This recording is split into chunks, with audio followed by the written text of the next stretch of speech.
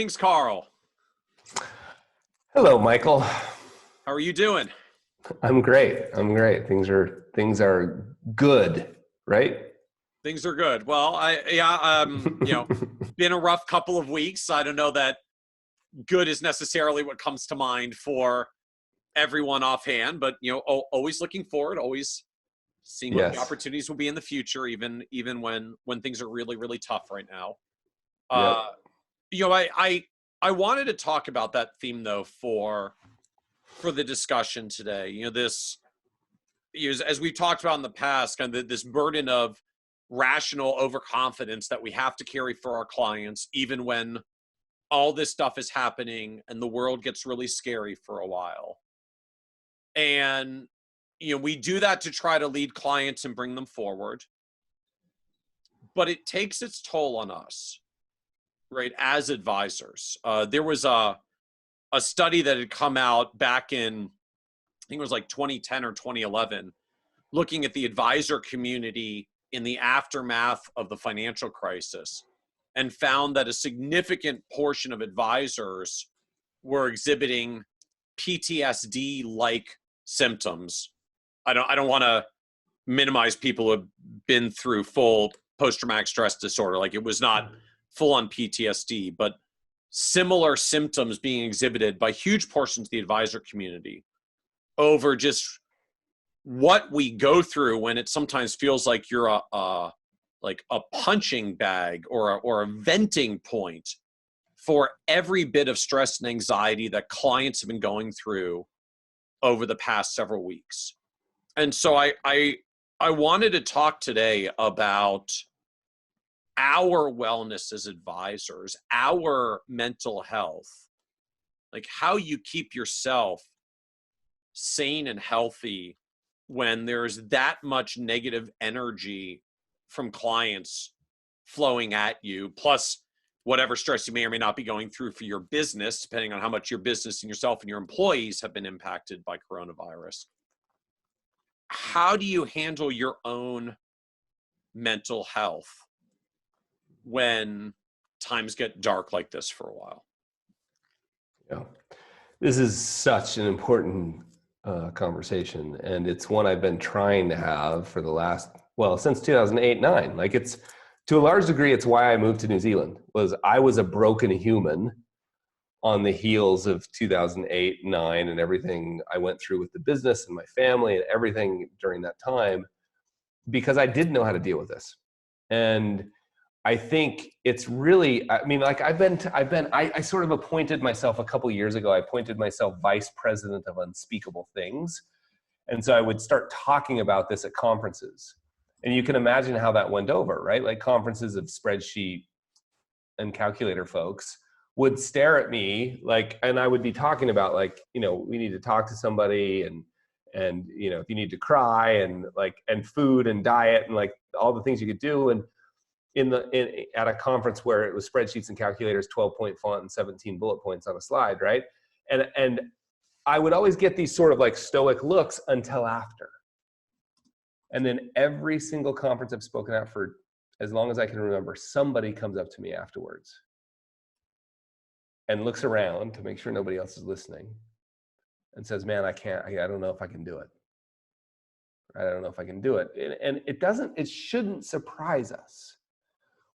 Part of the job of being a financial planner is to be the release valve for other people's anxiety. Mm-hmm. Right? When things get tough, and you and they, sometimes just them, but sometimes you and them, are uncertain about how you should act, it's your job to make mission critical decisions in the face of irreducible uncertainty. And you're doing it with people that you're looking in the eyes, and you've seen them, quote unquote, cry in your office. You know what the money's for. You know it's for Susie to go to Harvard. You know it's for the parents to never end up like their parents. Whatever their goals, and if you're doing this work like a real financial planner, people's values and goals, it hurts more. Yeah, it's serious it hurts business. more. Like, it's it's kind of the irony, right?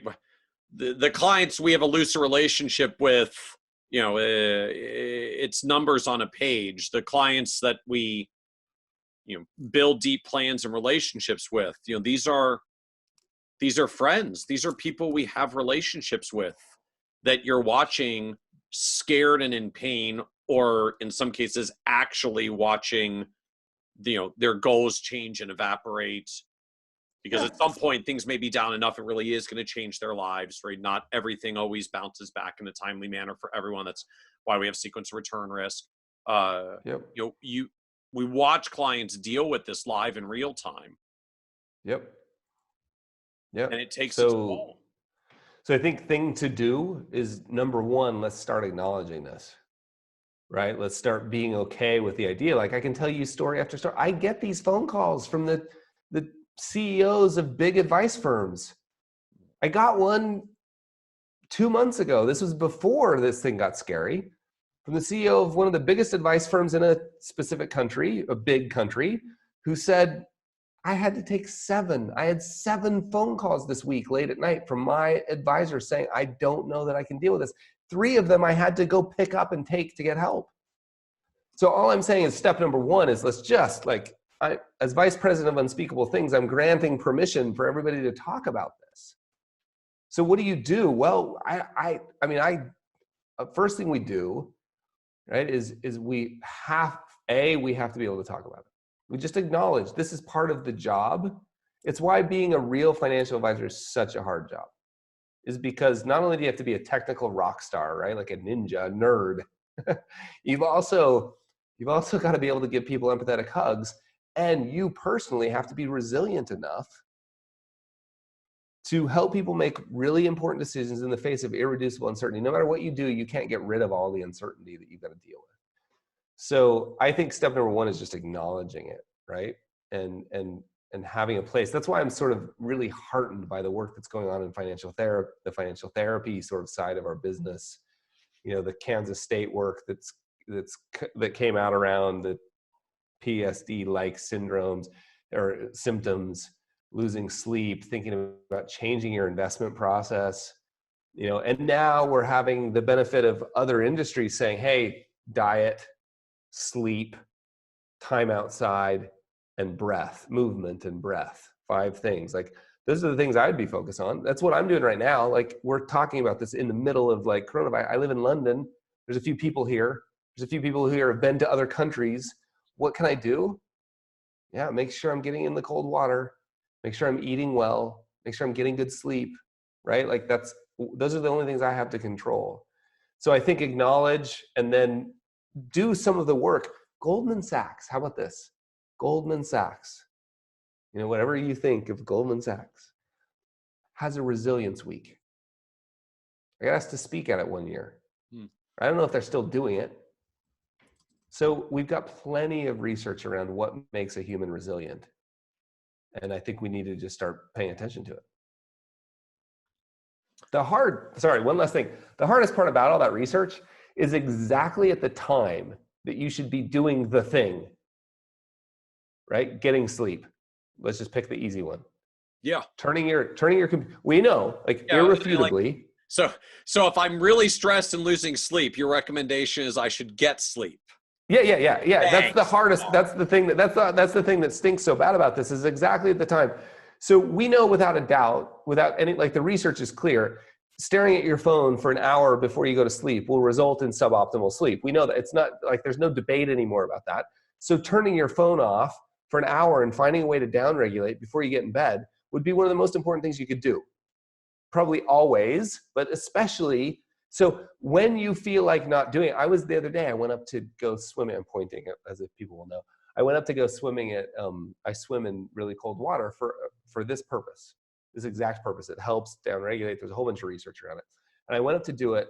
I was with a friend, and we were walking up to the pond. It was 5 degrees Celsius. And I thought, oh, you know what? I don't really feel like it today. I probably shouldn't go. And this alarm went off in my head. And the alarm said, the fact that you don't feel like doing something that you know is good for you is precisely the reason you should. right? So that's the hard part about all this is it's all, I remember in 2008, my wife would say things like this, Carl, you should turn that off and go to bed. And I would be like, what? What? What? Turn it off and go to bed. This is my job. The world's ending, you know, like, so I realize it's hard, but that's what we've got to do. Yeah. Yeah. It's, the challenge to me is right. The time to do all this stuff is, of course, when it's hardest to do, right? Get more sleep when I'm working more hours, fielding an undue number of calls from clients, doing more meeting with clients, doing more plan updates to try to show them they're still okay on track. Like, at the point that everything is getting hardest and craziest is when I'm supposed to do all this other stuff that maybe I should have been doing in the past, but I hadn't been doing. And now you're telling me I've got to do it when I don't have the time and my stress levels are at the max. So to me, I think the question becomes like, literally, how do you do this? Like, what are a few things you would very specifically try to do differently to break whatever your normal habits and routines are, to say, I've got to change something here to keep my own health and sanity through all the stress right now? Yeah. So let's just go like as micro as we can. And this is what saved me in 2008. Like when I use the word saved, I'm actually not exaggerating a whole lot, right? Was catching my breath. Just realizing, because I realized like everything seemed out of control. Everything seemed out of control, totally out of my control. And I can't remember if somebody pointed it out to me or if it just, the thought occurred to me, wait, there's one thing left I can control. And so you can literally just schedule, like we could do this on your phone, like come up with, you could either breath or movement are the two really easy things, or maybe even water, breath, movement, or water, drinking, right? Like breath, movement, or drinking. You could schedule on your phone whatever the interval is, but at the very, very longest, every 90 minutes, an alarm to go off. And in that alarm, just walk outside the house, walk up and down the block and come back in. Right? Or every 20 minutes, 10 breaths where you control. It's shocking how, if I can just, like what's happening at least what's happening to me, I don't know if this is universally true, I don't know what the boundary conditions are, but what's happening is when everything feels out of control, it's amazing how good it feels to find one thing that I can control. And that sense of control spreads just a little bit, just micro, it spreads like, oh, if I can control that, maybe I could go to bed. Because I wouldn't start with bed, because it's like getting good sleep is like, are you crazy? So I would just start with, pick your favorite one, 10 short breaths every 20 minutes. I'm just randomly picking 20 minutes. Or you just stop. Because what happens is breath is really short. You feel all anxious and you don't even know you're doing it. It's like water you're swimming in that you're not even aware, like that old David Wallace, the old wise fish swims up to the two young fish and says, boys, how's the water? And the young fish say, what water? Now you're not even aware you're swimming in that water until you go, oh my gosh, look at me. Like, like this. And then you go, 10 times. Or if you're not, that's too woo-woo for you, every 45 minutes, hour and a half, whatever, set an alarm to go off. When it goes off, you get up and you do 10 minutes outside. Yeah. I don't care how cold it is. I don't care if it's raining. Don't give me rain. I live in London, right? Like go do 10 minutes outside.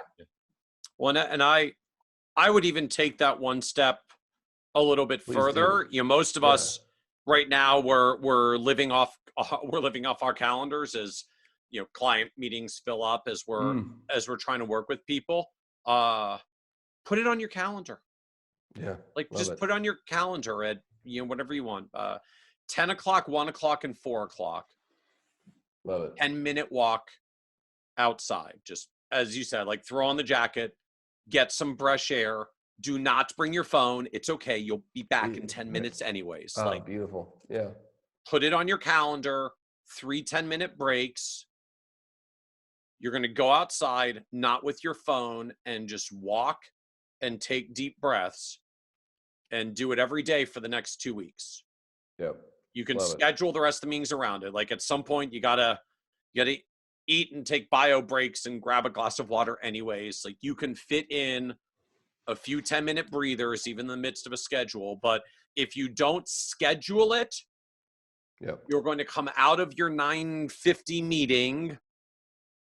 There's going to be a Twitter. voicemail from another client who's got some concerns. You're going to grab the phone, you're going to call them back, you're going to talk to them for 20 or 30 minutes, and your break's going to go away. And your alarm's going to go off in the middle of your call, which of course then you can't break off in the middle of the call. So schedule it for yourself. Put it on the calendar, and you're not, as with any appointment or meeting, you're not allowed to take a new phone call right before something else is already scheduled on the calendar. Put it on your calendar, respect the time. It's only a few minutes a day, a couple of times a day, and just go outside without your phone, get some fresh air, take deep breaths, and just get a few moments to clear your mind. I love that. And I think another little mental trick you can play there is just like, you are your most important client. And this idea of like sort of losing yourself in the service of others. Some really smart people historically have said that, right? Like, lose yourself in the service of others. It's true, but it's only true if you're not broken. And so I think there's plenty in the wisdom traditions around the idea of like finding a place apart to sort of find space for yourself. And so this isn't a reward for doing good work. It's a prerequisite for continuing to do the good work. And so I think, and this one last thing that I think people, at least for me, one last thing that I think, like this trick we play in our heads, is we tell ourselves 10 minutes outside. Come on, like, that's not going to make a difference. So we think it's too simple, it's too basic, it's not going to make a difference. That's exactly the point of a micro action. I define a micro action as something so small that you don't even think it's worth doing. And so this would be, and those things, we should know this. Of all people, we should know this. Small activities, we should know about the compounding effect of small activities taken repeatedly over time. And so if that's all you can do right now is schedule 4 10-minute walks, please, right? So that's, I agree. And you'll start finding, here, last story, sorry. I remember travel. I was always this way with like travel, and my strength coach and my family would say, Carl, you've got to keep yourself sane on a trip. The first thing you're supposed to do when you get to the hotel is go down to the gym and do this 45-minute workout. They had this whole thing laid out for me. And I'd get there and be like, 45-minute work. Like, the last thing you feel like doing after a 6-hour flight is going down to the gym. At least I haven't gotten there yet where I feel like doing it. I feel like sitting on the couch and ordering something, you know? So I would just put my shoes on, right? Like, all right, I don't feel like, just put your shoes on. All right, your shoes are on. Why don't you wander down to the gym? Just go down and check it out. Like, see where it is. So tomorrow, like, see where it is so you know how to get there tomorrow. All right. Then you end up finding yourself in there. You think, I'll just warm up. I'll ride the exercise bike for 10 minutes. I'm here. Like, so that's what happens, right? As we get a little bit of control, breath, 10-minute walk, whatever, that sense of control starts to expand a little bit, and we start to feel better. And I think I love the framing of sort of like creating micro changes, trying to set different micro habits for yourself to change the trajectory as you kind of get in the habit of new micro habits. You had said earlier, there's kind of sleep, time outside, movement, breath, and also just diet. I know that challenge for some of us. I tend to want to eat more when I'm stressed, as a lot of people do. So eating habits get worse at the exact moment that we're supposed to de-stress and try to do better. For me, like, the habit actually, even before this environment, that I had started a few years ago to get better about this was I always keep a giant glass of water on my desk. Just always keep it filled. I don't always drink it. Sometimes it sits around too long. I pour it out and fill up a new cup. But it's amazing how much more water you drink in getting healthier when you just always keep a cup full on your desk. So, get a big cup, fill it with water every morning, and you may find you just start drinking from it because it's there as you're going through stress, and your body may be craving something you don't even realize or have the time to go get it, but you'll drink it if it's there. So just keep a full water glass nearby, and buy some healthier snacks. I found a good healthy popcorn with not a bunch of junk added on top of it. And so now when I'm worried and I'm stressed and I'm getting hungry, like, I grab a bag of popcorn. You get popcorn with no, fake butter and all the other stuff on top. Like, it's basically just a giant bag of fiber. It's amazingly healthy. You basically can't overeat on popcorn because it's got a lot of volume. Right, but like, I put glasses of water and bags of healthy popcorn within arm's reach, so that if I go for arm's reach to grab something, I grab something that's positive for health and not something that's negative, because I know I'm more likely to grab for it when I'm stressed, because these are stressful times. Totally. That one's really hard, and I agree. It's really, like, if you can just, I heard something super super insightful the other day, and I can't remember who said it. I would give them credit if I could remember, but they said, like, any of these changes, you don't have to be 100% in. You just have to be 51%. Right? You know what I mean? Like, I just want to do that a little bit more than I want to do this. Yep. I love that framing, because it allowed me to be like, oh, I don't know if I want to go get in the cold water this morning, but I feel like okay, I'm 51%. Like, it's so helpful. So I think all these things, we're just pointing around the edges, like, keep a water on your desk. Could you just make the snacks 10% better? Right? Could you just introduce, like, maybe you don't try to not eat volume, like, which is what you pointed to. Like, you're saying, okay, forget, I'm not going to worry about volume. I'm just going to change what? Yep. Right? And a lot of the intermittent fasting stuff, I love, Peter Attia talks a lot about quality, quantity, or timing. Right? And that he only tries to focus on one at a time. Right? Like, maybe I intermittent fast for a little bit, and then during, like, I'm only gonna eat during 8 hours a day. During those 8 hours, I'll eat whatever I want right now, but I'm just gonna, because that helps with inflammation and helps me feel a little bit better. Right. Right? Or maybe I'm not gonna intermittent fast. I'm gonna eat whenever I want, but I'm only gonna eat high quality. Right? So I love just the idea of, just, can you make a little game? Can you play a little bit? Can you find something, a way to keep yourself accountable? Are there other people you can chat with? But just find small little things. To me, what kept me alive in 2008 and 9 was recapturing control of my breath. And it was shocking to me how just after a couple of days, the sense of control grew a little bit. And I was like, okay, how bad is it? Let's dig in here and figure out, oh, you know what? I can control that. Right? And then I can control that. And the sense of control grew from one decision to the next. So those are amazing. Super good. So schedule, right? So what he said, let's, like, kind of do a recap. So either set alarms for breaks, schedule some walks outside, like, put it on your calendar, and you're not allowed to bring your phone. It'll be there when you get back. Turn off your phone, what are we gonna say, 30 minutes before bed, an hour before bed. Like, the news will be there tomorrow morning. Whatever problem you're trying to solve will be there tomorrow morning. At least you'll hit it better rested tomorrow morning, if you don't go into your moment of sleep still being stressed, having just looked at your phone. Well, and remember, in that moment, you turn it off, like, and you're gonna have a hard time. Just remember, you're gonna loop, right? And if in that moment, go back to breath, like, it's all you got. Like, it may not work. I'm not saying it's gonna work, but at least it's got a shot. So sleep, and then keep a glass of water filled on your desk.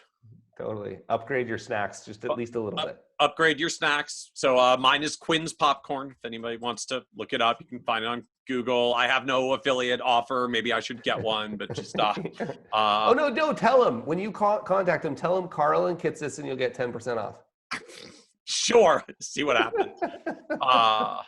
I would add dark chocolate to that. Like that's another way to just say, like, I don't love dark chocolate. I love just nasty milk chocolate. I love it. But if I buy dark chocolate instead, I still eat it, and it helps a little. I love it, and it's way better for me than the dark. And I won't eat as much. That's a little trick I play. And just recognize when it feels like a lot of other stuff is out of control, how powerful it is just to take control of a few of these moments and segments in our lives, what we're putting in our body, how we're sleeping, taking walks, controlling our breath. Just, don't underestimate how much better you may feel just to get a few of those moments where you take back control for yourself, and then get into the reactive mode of trying to help clients through their stresses as well. Totally. Amen. Super good, Michael. Thank you. Amen. Well, thank you, Carl. Thank you for All right. joining us. And hopefully times get more good from here. Yeah. Totally. I hope we look back 30 days from whatever this day is and say, well, it wasn't that silly. Like that would be the best outcome, right? Yeah. Okay, man. Talk to you later. Thank you so much. Bye.